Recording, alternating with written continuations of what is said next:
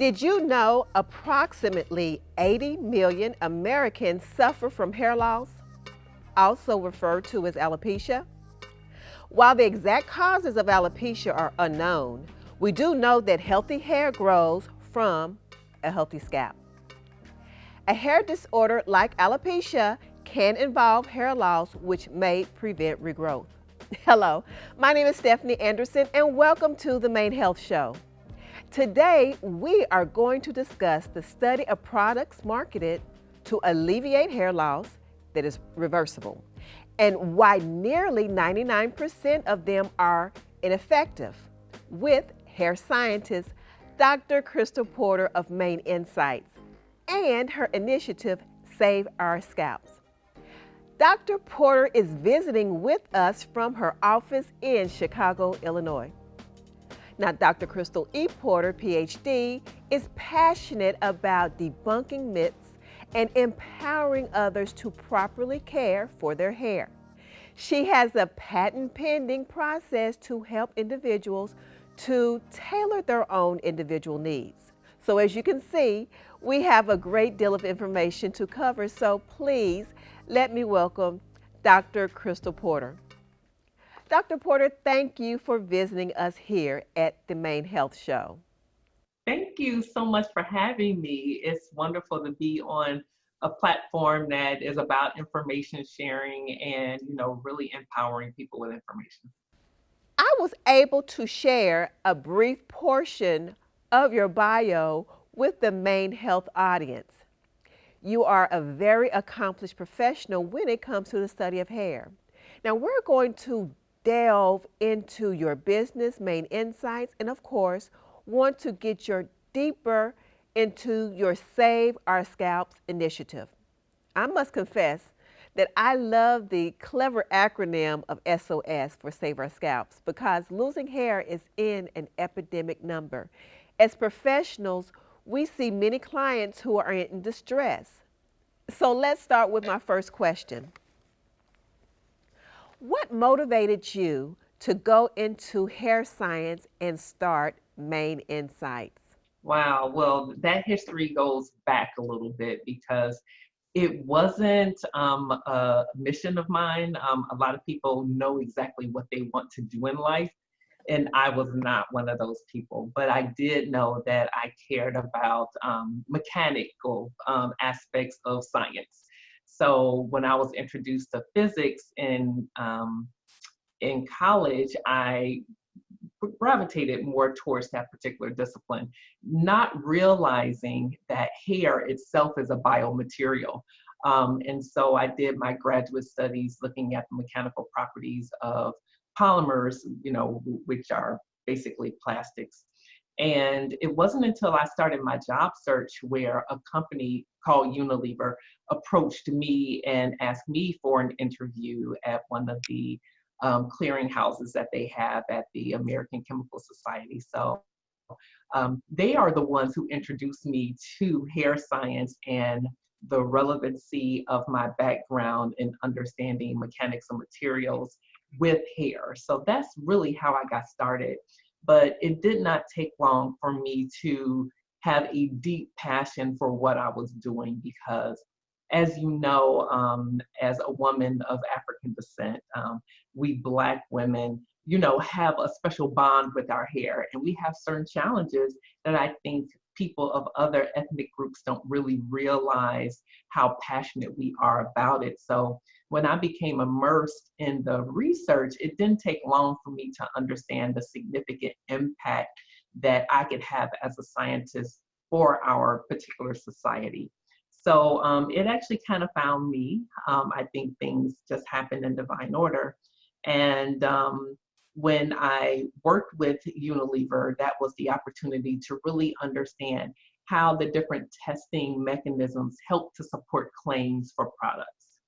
And so I worked in a laboratory where it was called aid to formulation, meaning that the knowledge that I got in the research experiments that I had were to support the claim substantiation. So for example, if you use a particular conditioner, how did it actually make the hair easier to manage? what data could I obtain to help support these claims? So that's really where I got my start. But the majority of my career was actually at L'Oreal. And particularly there is where, so let me step back a little bit. They founded the L'Oreal Institute for Ethnic Hair and Skin Research. And I thought it was so cool because who has heard of, I mean, because I really haven't heard of like a big institute or a big player in industry really dedicating a research center for Black hair and skin. So I thought that was freaking awesome. So I jumped ship from Unilever to L'Oreal, and it was just a dream come true. Being one of the first scientists in that particular laboratory, it was really, like I had to use my creative juices to really understand Black hair. And I was responsible for getting enough information so that I could disseminate the research findings to the people who made the products. So while I didn't make the products myself, the knowledge that I obtained helped the formulators to create better products for the specific needs of people worldwide, particularly people who had curlier hair types. So that's really how I got my foot in the door, so to speak. But Main Insights came about because I had to make a very dramatic transition in my career, because while I loved my job at L'Oreal, I did have two children, two daughters, and my youngest really needed her mom at the time. And so I made the very difficult decision of resigning from L'Oreal and actually working part-time at Chicago State University, but still having the passion to want to do research. And so during my experiences at L'Oreal in particular, it didn't take long because I was fortunate to study hair from different countries. And while there are distinct needs per country, it did not take long to know that there were inherent differences between people as well. So within a particular country, as you know, being here in the United States, we know that all hair is not created equal. So I felt that I could continue to do research and help those in need. That was really the passion that I had to really, work part-time at the university, but continue to do research. So that's how Main Insights became an entity, basically. I wanted to give personalized advice to individuals based on the information that I had, kind of gathered in the background from L'Oreal. That is very exciting. And because you are a hair scientist, what recommendations would you suggest for the general public? Being well aware of the proliferation of information out there on the blogospheres, on Google and YouTube, how should people know what to believe?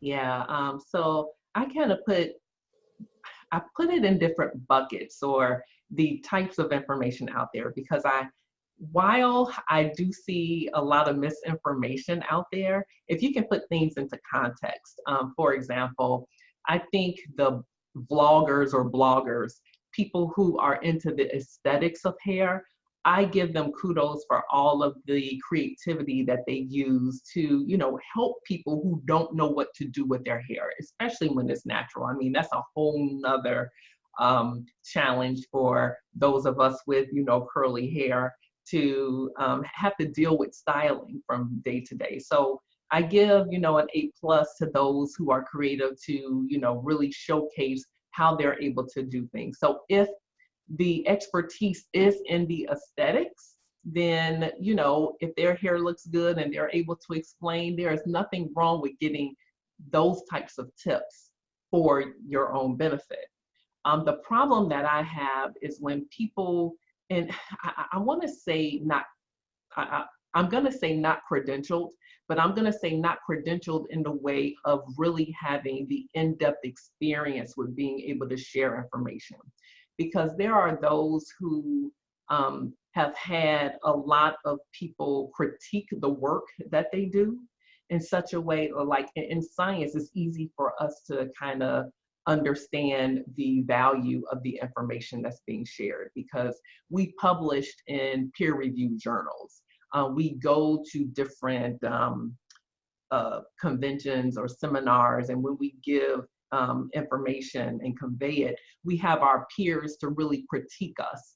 And it's very common for us to, be challenged in terms of having to justify why we are saying what we're saying. But out there in the blogospheres and, on Google and YouTube, you don't have people to really challenge in the same way. And so when I say people who are credentialed, I say that you have to have people who just isn't working in a silo and isn't isolated from being challenged, always knowing that people have like some type of reference that they're falling on. Experience is great, but when you have experience backed up with, some type of data or somebody actually being able to justify or agree with what you're saying, if other people are finding the same types of things and reporting on it in a particular way, I think that gives a certain level of credence. So that's one of the ways that I try to tell people, always know who the source is and what are their intentions. One of the things that I really try to do is when I work with someone, I try to make it a win-win. So not just a win on information being shared in terms of me getting all the benefit, me like selling a product or making money. I want to make sure that if there is an exchange of any type of value, that each person is winning in some capacity. So that is how I kind of try to give people advice on how to discern whether or not they're getting good advice or not. That's great. Putting everything into context and being able to determine whether or not the information being disseminated is credible. Jumping back just a little, earlier in my introduction, I did mention the acronym SOS, as in Save Our Scalps. It's the initiative that you've created. Now, what is that exactly, and why is that important? Right. So I was talking about main insights and how it is a personalized approach to hair care or giving hair advice based on scientific data that is unique to you. Save Our Scalps came about because I was finding that while I was giving advice to people, I'm more of an expert on hair quality. So if you have hair and I can get information about the quality of your hair and then get background information about how you're actually manipulating your hair, the products that you use, what you're ultimately trying to achieve, and the problems that you're trying to overcome, all of that can help me to devise a plan that's specific for your needs. However, what I was finding is that a lot of people were having problems with not having hair at all. So that whole idea of me incorporating, quality of hair knowledge went out the window because the problem that they had was not having the hair in the first place. So how the universe aligns itself, I mean, it's just really interesting because as I started that, I also started meeting other scientists who were looking at the environment of like the gut flora, or looking at how trees grow. And I mean, you probably think that has nothing to do with, hair, but the reality of it is everything that we interact with in our world has to be in balance. And so there's something called the microbiome. And the microbiome is really looking at how the microbial organisms in an environment impact other things in the environment. So if you go out to a tree, your microbiome or the microorganisms that exist on you will influence the tree, as well as the microbiome of the tree and its surroundings will impact you. So there's always this balance, and this is something that is really, I want to say new. It's been around for a while, but I think the research is really growing. And so when you think about it, when I was introduced to that, my mind just went everywhere because I'm like, oh my God, you always hear about gut health and using, probiotics and making sure that you have a balance there in your gut.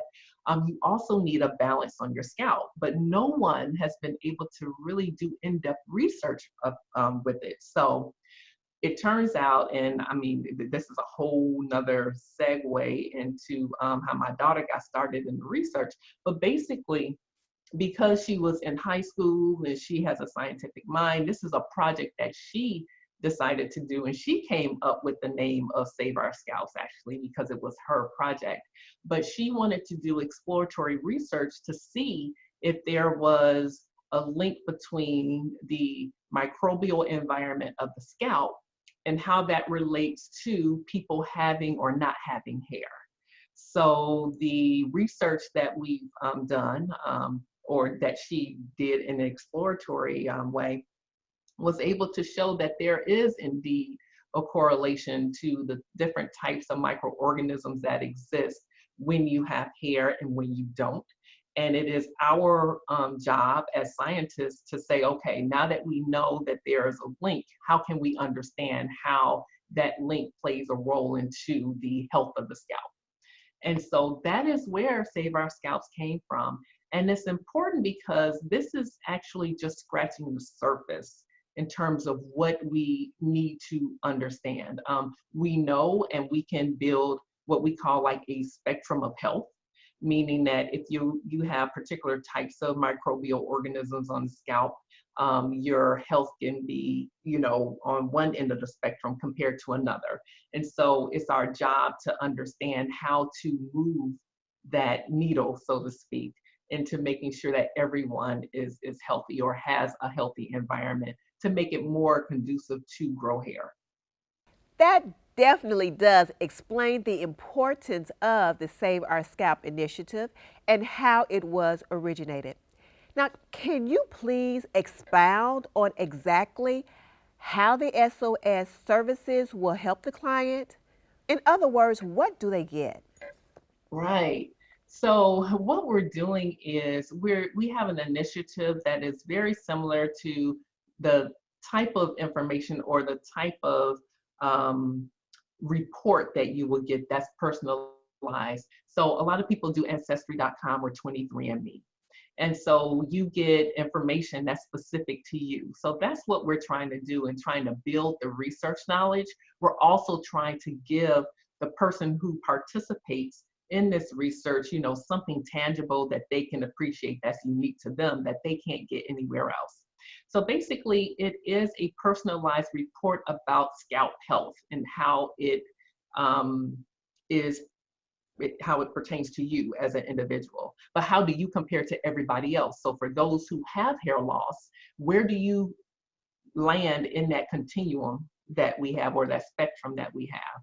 So when it's done, and we felt that the best way to go about doing it is to collaborate with hair practitioners such as yourself, because it's important for someone who has advanced knowledge about what's going on with your hair, not only aesthetics, but for someone like yourself who has been trained to be able to combat hair loss. Because we don't want to, at this time of research, we don't want to disrupt what you do and what you're able to provide.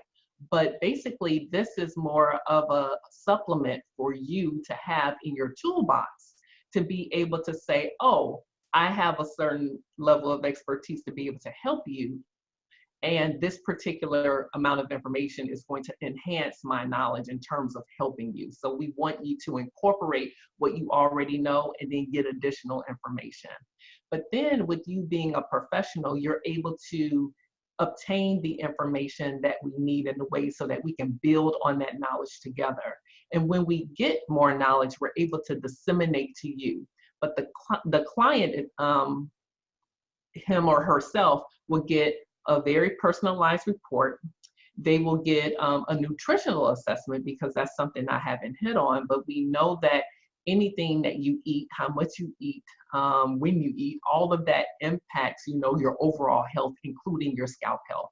So that's information that we need to incorporate as well. But because of the way that we get the information, you are able to get that nutritional assessment because it goes more in depth, more than just saying, okay, during a typical day or week, what do you eat? This actually gives more information in terms of the quantity that you eat. And it actually goes back about 90 days. We're able to get 90 days worth of information about your nutrition. And so we're able to also disseminate a report that allows you to get that particular information, because if you're not getting enough fiber, we would be able to see it based on your lifestyle. And so when we have those nutritional reports, we're able to draw some correlations between not only the microbial environment, but also how your diet plays a role in that. And then we're able to disseminate that information to hair practitioners. So it's kind of cyclical, so we do research, we get more information, we disseminate it to the hair practitioners who then take that information and is able to better serve their clientele. And that goes on and on and on. And we get, enriched with information that we need as scientists to really, level up in the science for that particular area. Now, for the hair practitioner as well, if you do multiple swabs, so you can actually get a progression. So if you as a practitioner, you have a particular regimen that you stick by, then you're able to say, hey, here is where you started when you came in. And we're able to see the progression of health as we continue to do the treatment for you. So it's also something that a practitioner will be able to say, hey, this is data that validates how I'm able to help people and serve people. And then you get a reputation of, your services being able to benefit your clientele. Yes, a nutshell indeed. Having been afforded the opportunity to partake in the certification and training in the Save Our Scalps program, I firsthand realized its importance and the responsibility of keeping the integrity of the information gathered and how it's utilized, and how being a laboratory assistant as it pertains to our professional discipline is a game changer. So for those who may be interested, how would this opportunity develop them as a professional? Right. So we have to be very careful in terms of who we go about partnering with. And when I say partnering, it really is you have to have a certain, not only passion, but also level of knowledge in terms of understanding what research is to begin with. And so what you do as a hair practitioner, if you're interested in becoming a part of the solution, as I call it, it really is setting up an appointment with me, because I want to make sure, I said earlier how important it is for it to be a win-win. I want to make sure that whatever goals you have as a professional is aligned with what we need as well. Because there have been people that I feel, it really isn't a good match, because if you feel that, you want help in trying to, if you want this service to be able to help you give advice, you have to have a certain level of knowledge already. And so sometimes it's not a good match. And so I need to have a talk so I can understand, what your goals are, to see if it is in alignment. So that's the first step. The second thing that people need to know is, not only is it necessary for you to understand research, you also have to be approved to conduct research. And in order to do that, there is something called an institutional review board, which is an ethics board that oversees the research that we do. Because anytime we want to publish research, we can't publish it without having the blessing or the approval from this board. And so anyone involved at any step of this has to be approved, because anybody who we're getting information from needs to have a consent. And so that's the same thing that happens with 23andMe and Ancestry.com. When you say, hey, I agree, that's basically what you're signing up for. Excuse me. And so we do the exact same thing. And so everyone who is involved is a research assistant because they're helping us to get the information that we need for research. And so you have to go through a certification that has absolutely nothing to do with me per se, but this is something that is mandated by the government for anyone who does human research studies. So that is something else that needs to be done. And there is a course that I give that immerses people into understanding research, but it also will qualify them once they take the modules to be able to test and become a research assistant. And with that, you can be a research assistant anywhere. One of the things that I try to do is try to say that just because we have a research project going on doesn't mean that you yourself cannot go along with other researchers in in medicine and health and be able to do research projects on your own. So you can do that because the CITI training, or Collaborative Institutional Training Initiative, is what CITI stands for. But once you have the IRB approval, you have that training, then that allows you to do research even outside of what we're doing. So it really is another way for you to become more invested in the well-being of your clients in different ways. I believe it was the spring of 2018, Dr. Porter, where I was an educator at a hair loss conference, where you were also an educator and presented the Save Our Scalps initiative. Not long afterwards, I was able to begin my studies and ultimately receive credentialing through the CITI program. I'm so excited about what can be achieved for the client and the professionals like myself who are working to combat hair loss. Now, with the information that you have shared today about Maine Insights and the Save Our Scalps initiative, Dr. Crystal, I am positive that there will be someone today, whether they are interested in undertaking the SOS services as a client and may want to know how to contact one of those certified practitioners through the program, or those interested in practicing as a certified professional.